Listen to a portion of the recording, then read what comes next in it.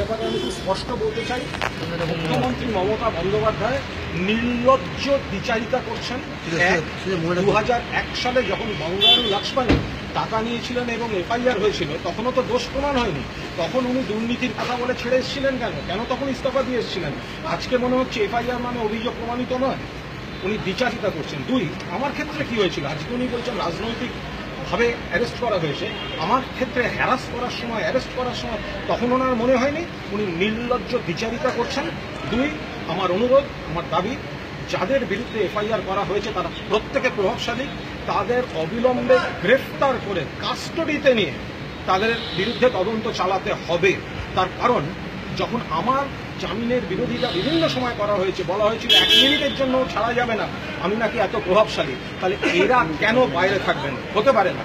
এবং 3, সব থেকে জরুরি, রাজ্য সরকার বা প্রশাসনের শীর্ষ পদে থাকা যদি কোনো ব্যক্তি এই তদন্তকে প্রভাবিত করার চেষ্টা করেন, দোষীদের আগাম নির্দোষ করে সার্টিফিকেট দেন এবং এই তদন্ত বাধা পাওয়ার প্রভাব খাটান, আগে তাকে অ্যারেস্ট করে ভেতরে রেখে তারপর বাকিদের বিরুদ্ধে তদন্ত চালাতে হবে।